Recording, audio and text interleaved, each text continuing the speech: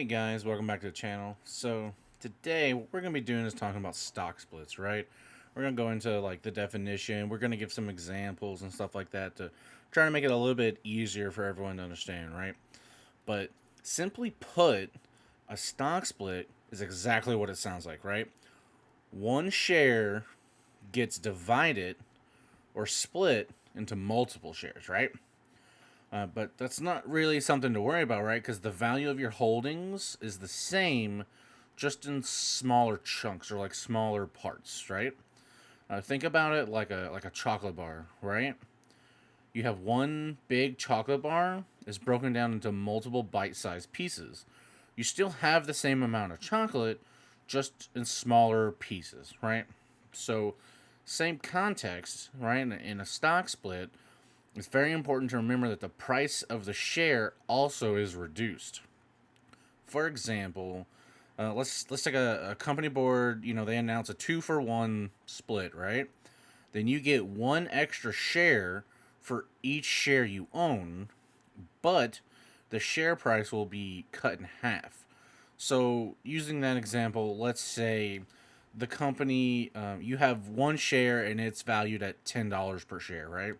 Well, when the 2-for-1 split happens, you'll have two shares of the same company at $5 a share, right? So, this does not mean that the stock is cheaper, right? The fundamentals of the company and the stock price have not changed. So if we keep with the chocolate bar analogy, after breaking the bar into smaller pieces or bits, you have smaller pieces of chocolate, but not more chocolate overall, right? So is this something that's new, like that just happened in the past year, 5 years, 10 years, 15? Well, not really. For the example I want to use, we're gonna take a recent one that happened with Apple. I think they've done multiple, right? I think the one that happened recently is the fourth or fifth one, right? The first one was in like the late 80s. I know it has another one around 2005, and then another one in 2014. The one in 2014 was like the crazy one, I think. It's a 7-for-1 split. But then another example we can use for a company that everyone's familiar with is Tesla, right? So Tesla also recently had a stock split, but Tesla hasn't been around for very long, so this is the first time the company had a stock split, right? So, like why? Why do companies announce stock splits? Well, stock splits are a way for a company to increase their overall liquidity, right? And liquidity basically means the ease with which an investor can buy or sell shares on a stock exchange, right? So the smaller the dollar amount of each share, the smaller number of shares are needed by even the smallest investor to buy or sell that stock. In most cases, stock splits are undertaken by companies when the share price has gone up significantly, particularly in relation to a company's stock market peers. If the share price becomes more affordable for smaller investors, it can reasonably be assumed that more investors will participate, and so the overall liquidity of the stock would increase as well. So, the thing to remember though with stock splits, right? Like, keep this in the back of your head, forefront, however, just remember it as best you can. Though the number of outstanding shares changes, and though the price of each share changes, the company's overall market cap stays the same. The value of the company doesn't increase when a split occurs. So that means that the value of your stocks, your shares, doesn't change either, right? So let's use one of the examples we just talked about, right? Tesla. So let's take Tesla for an example. Before the stock split, Tesla shares traded at around $1,500 a share, right? Many people, they can't afford that, right? $1,500 a share. That's too much, right? Especially into like one company, right? Like I don't have $1,500 to just, oh, let me get 10 shares of Tesla. Well, that's $15,000. There's no way. But after the 5-for-1 split, the stock price dropped around 300 per share, which is a lot more manageable for most people. Like I could, if I wanted to, I could probably do. If it was around 300, I could probably do one every other week, right? As long as it doesn't go over like 500 a share, because I don't like doing that. I'm a big fan of fractional sharing. Honestly, it makes everything just amazing. But this is especially true now with more and more investors having access to low cost trading platforms, right?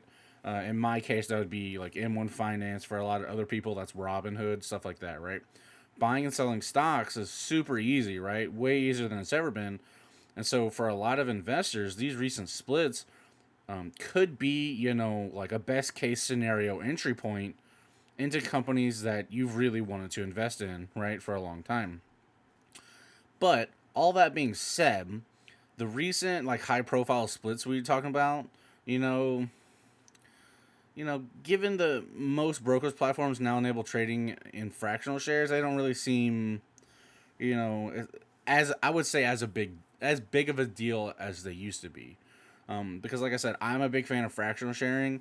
I can put $100 into Tesla, even if the company, like, if their stock is $1,500 per share, I can still buy a fraction of a share like for $100. So it's not a big deal.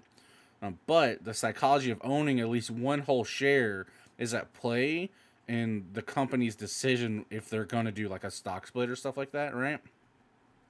Additional participation by smaller investors could also lead to the price increasing. This is what you see a lot of times. They announce a stock split and the price will go up because everyone's going to get in on it, and then it'll split, right? And then of course it goes up a little bit more, and then it averages back out. So a lot of people try to get in before the split, let it go up, and try to sell at the peak. But people like me, I'm a long-term investor. That's not something I do, but I do know people who do it. Be careful doing that type of stuff though, because you can lose out on a lot of money, right? When we look at a company though, like we'll take Apple, right? And you strictly observe the value of an investment immediately after a stock split, there really isn't a discernible pattern in the change in wealth. What is noticeable is the trading volume of the stock, which might be attributed to the news flow, right? Everyone heard, oh, a 2-for-1 split, like, was buy, buy, buy. And as soon as it splits, sell, sell, sell. So, all that being said, for long-term investors in a stock split or reverse split, it really doesn't affect the fundamental value of the company or wealth in your pocket. So that's someone like me, right? I'm not investing to try and make money this week, next month. I'm looking at 10, 15, 20 years down the road. I don't want to put my money in anything I don't think, is going to continually grow, like as what the market cap of that company. And I also want to know that the dividend is going to grow, right? And I can't be like, I'm not smart enough, nor do I have the time to sit here and analyze an entire sector to try to figure out what's going on. Because you need to dedicate a lot of time. Like, I promise you, if you go watch some of these other YouTubers who are like, this is the trick and this is what you need to do and here's the easy way, it's not. It's not. Like, they're 90% of the time they're just selling you BS, right?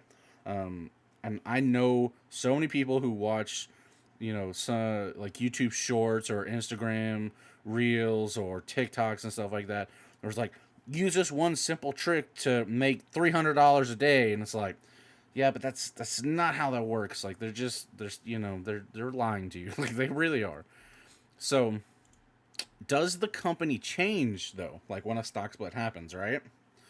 Well, not at all, right? Because a stock split doesn't alter anything about the company in either way, right?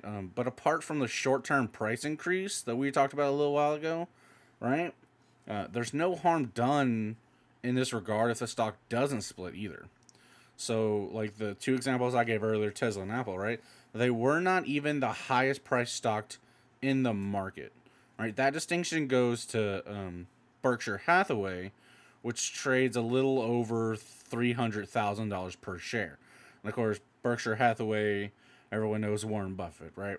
Another stock with a high price is a Swiss maker of Lindt chocolate, right? Um, I can't pronounce it, so I'm not going to try to, but you know who it is. But it trades over 7,500 per share. It's like $8,000 US on the London Stock Exchange. So among the FANG stocks, FANG is, Facebook, Apple, Amazon, Google. Uh, you know, let's see. I think Netflix is the other one, right? Let's see. We've got Amazon, which is the highest priced at 3,200. Google's about what was about 1,500. Netflix was about 500. Facebook was about 300, right? So it's just like there's other stocks that are a lot more valuable. So it's not like, oh, this stock is trading so high we need a stock split, right? Or this one is so low, we need a reverse split or something like that. There's all these different things. It's not. It's just it really comes down to what the company's looking for, right? So the opposite of a stock split is what I just said is a reverse stock split, right? In the case of reverse stock splits, the company divides the number of shares that investors own rather than multiplying them. As a result, the price of shares increases. So, let's say you own 10 shares of a company at $10 per share. They announce a 1-for-2 reverse split.